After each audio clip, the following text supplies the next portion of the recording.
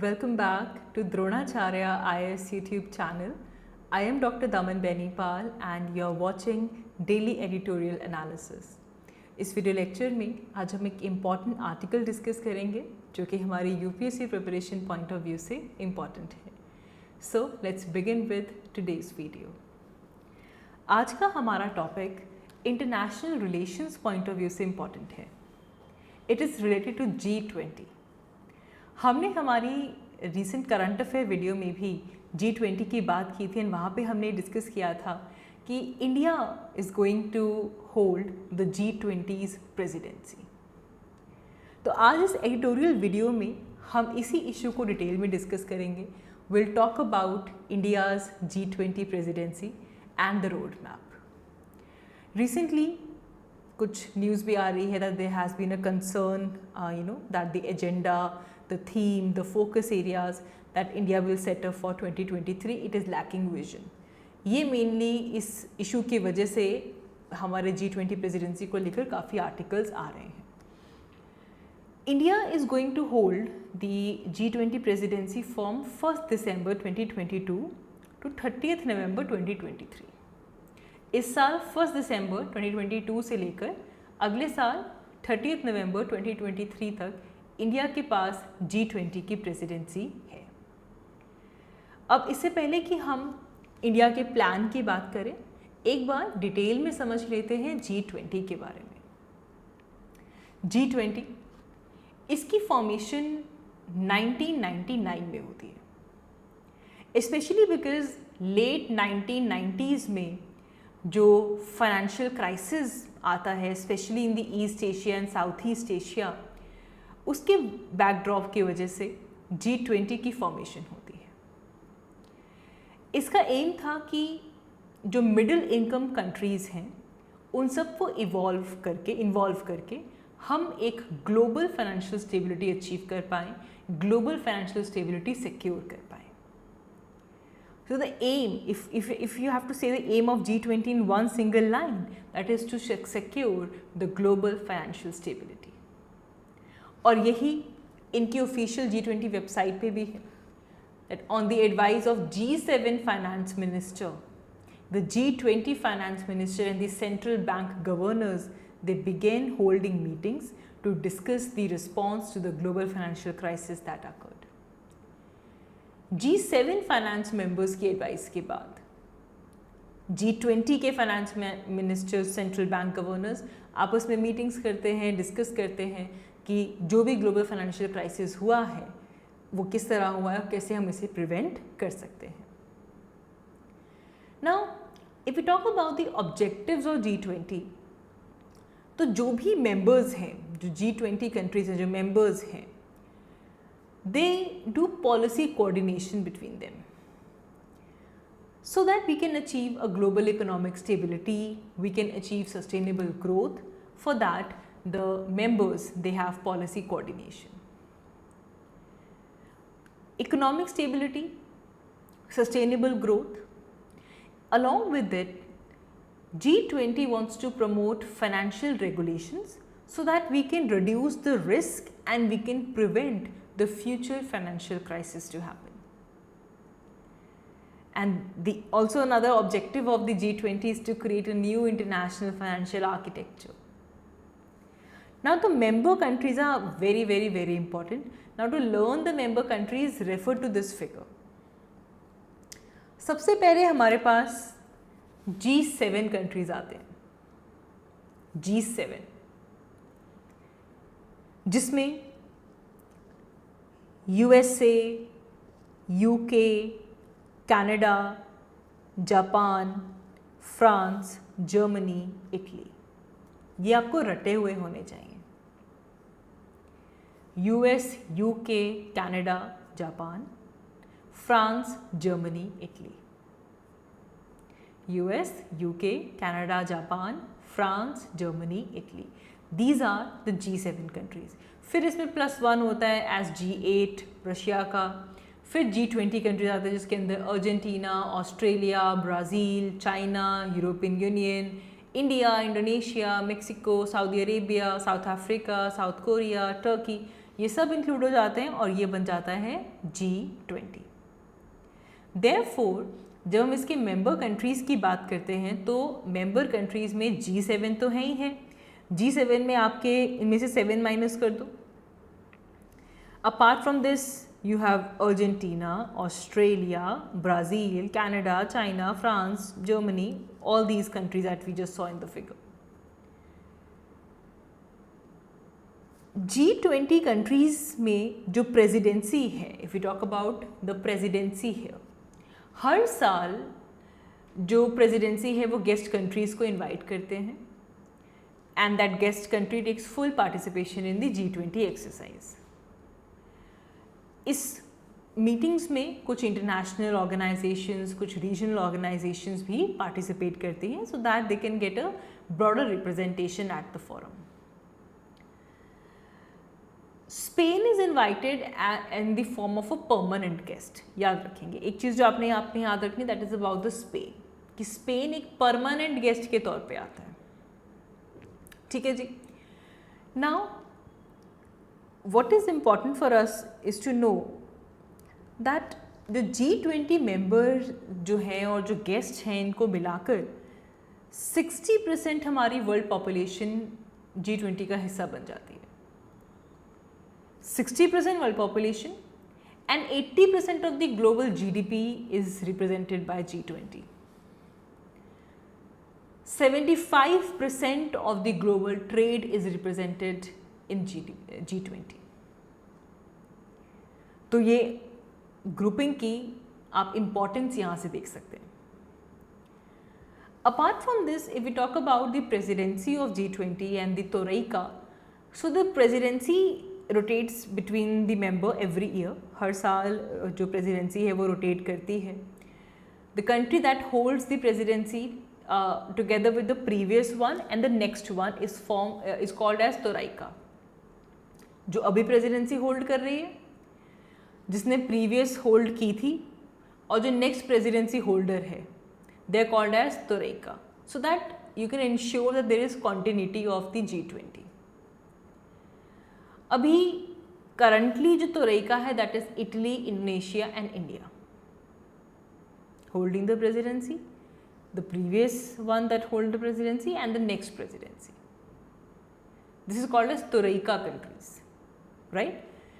Then अगर हम G20 की फंक्शनिंग को समझें, वर्किंग को देखें, तो कोई परमानेंट सेक्रेटरीट नहीं है यहाँ पे। जो एजेंडा है, जो भी वर्क्स यहाँ पे होते हैं, they are done by coordination by the representatives of the G20 countries, जिनको शेरपास कहा जाता है। They are the representative of the G20 country and they work together with the finance ministers, they work together with the governors of the central banks, and then they coordinate with the other Sherpas.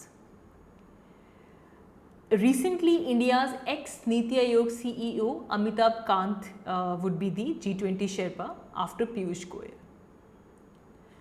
Now, meetings अगर हम देखें तो 1999 से लेकर हर साल annually finance ministers की meeting होती है। जो फर्स्ट G20 समिट था वो 2008 में वॉशिंगटन DC US में होता है। Also in addition to the summits जो शेरपाज होते हैं, देयर शेरपाज मीटिंग्स जिसके अंदर आपस में नेगोशिएशन और कंसेंसस बिल्ड किए जाते हैं, and there are some other events which are organised throughout the year. ना फाइनेंस ट्रैक की अगर हम बात करें तो G20 प्रोसेस के अंदर ही जो मीटिंग्स होती हैं, amongst the finance and the economy ministers, central bank governors, vice ministers, sherpas, they are all designated by respective economic ministries. ना ये तो था कि किस तरीके से फंक्शन होता है, क्या होता है। Coming to the main thing which is the criticism of G20। देखिए G20 को बहुत सारे रीजंस की वजह से क्रिटिसाइज किया जाता है। One is about the lack of transparency that it has, then encouraging the trade agreement that strengthens the large corporations, being slow to combat the climate change, failing to address social inequality, global threat to democracy। तो जब ऐसे reasons आते हैं, इन reasons को लेकर G20 को criticise किया जाता है। ट्रांसपेरेंसी नहीं है, ट्रेड एग्रीमेंट्स को इनकरेज करता है, जिससे कि बड़ी बड़ी कॉरपोरेशंस बनती हैं। क्लाइमेट चेंज को लेकर फाइट उतनी फास्ट नहीं है, सोशल इनइक्वालिटी बढ़ती जा रही है, ग्लोबली डेमोक्रेसी को लेकर थ्रेट्स जो हैं वो इंक्रीज होते जा रहे हैं, and G20 is failing to address all of this. अब जो मेंबरशिप पॉलिसीज़ हैं they are also under fire, क्योंकि क्रिटिक्स ये कहते हैं कि जो ग्रुप है ये बहुत रिस्ट्रिक्टिव है, specially when it comes to adding the guest, especially those which are African countries, and this is not proven very effective. तो मेंबरशिप पॉलिसी को लेकर भी क्रिटिसिज्म उठाए जाते हैं with respect to the G20। अब हम G20 इसलिए डिस्कस कर रहे थे क्योंकि इंडिया G20 प्रेसिडेंसी होल्ड करने वाला है। What is India's plan? According to Ministry of External Affairs, India will strengthen the international support for the priorities of vital importance, basically to develop countries in a social and economic sector. यहाँ पे energy को लेकर discussions होंगी, energy, agriculture, trade, digital economy, health, environment, to employment, tourism, anti-corruption, women empowerment. So this will include in the focus areas that are impacting the most vulnerable and the disadvantaged. तो ये according to ministry of external affairs India का aim रहने वाला है, India का plan है कि हम इन सभी वाइटल एरियाज पे इंटरनेशनल सपोर्ट जो है उसे स्ट्रेंथन अप कर पाएँ। अब क्रिटिसिज्म ये है कि इसे क्रिटिसाइज किया जा रहा है कि ये जो प्लान है ये स्पेसिफिक नहीं है, it's a very wide range, उसमें सोशल फैक्ट सेक्टर्स भी हैं, इकोनॉमिक सेक्टर्स भी हैं, and India has lost a chance to nudge the G20 and regional organisations towards this focus area because of being of such a wide range. So this is a challenge before India's G20's presidency, that India is not able to nudge the G20 and the regional organizations towards the focus areas. So what could be the way out? What is the way ahead of it? See, we need to limit our focus areas around some topics like science and technology, or to build the resolution with respect to the United Nations General Assembly or some other multilateral body. So we need to seek collaboration on the limited focus areas. So firstly, we need to limit our focus areas. Secondly, the emerging economies are not considered the source of problems which need external solution, but the source of solutions to shared problems. जो emerging economies and developing countries हैं, इनको source of problem नहीं consider किया जाता, and they need external solution, लेकिन जब source of solution की बात आती है that should be done to the shared problem. Economic और सोशल या ह्यूमन राइट्स की अगर हम बात करें तो G20 का जो स्टार्टिंग पॉइंट है, it is to build a global consensus in Vienna declaration on human rights in 1993, which basically reaffirms the indivisibility of all human rights. And right now there is growing recognition of the economic and social rights.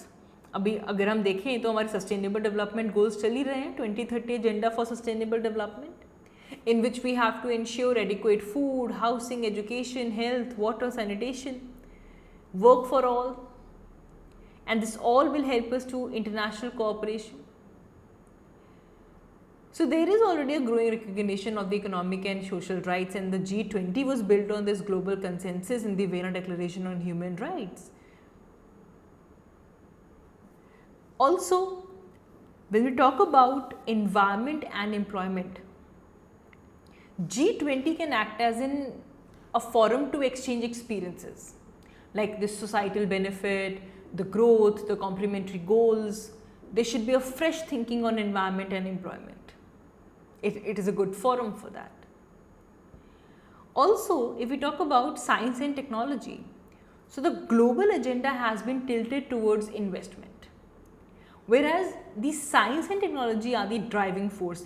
See, for economic diversification you need science and technology, for sustainable urbanization you need science and technology, when you talk about hydrogen economy you need science and technology, new crop varieties, human well-being, global climate change, all of this are will be driven by the science and technology. Science and technology is the driving force, so the global agenda has been tilted towards investment. So for the global economy to reap the fruits of the network of technology, the open access to software, this should be which basically offered at the G20. For a most cost effective service delivery options, good governance, sustainable development, all of this comes from the set of network technologies, from science and technology. So the global agenda should be tilted towards this aspect as well.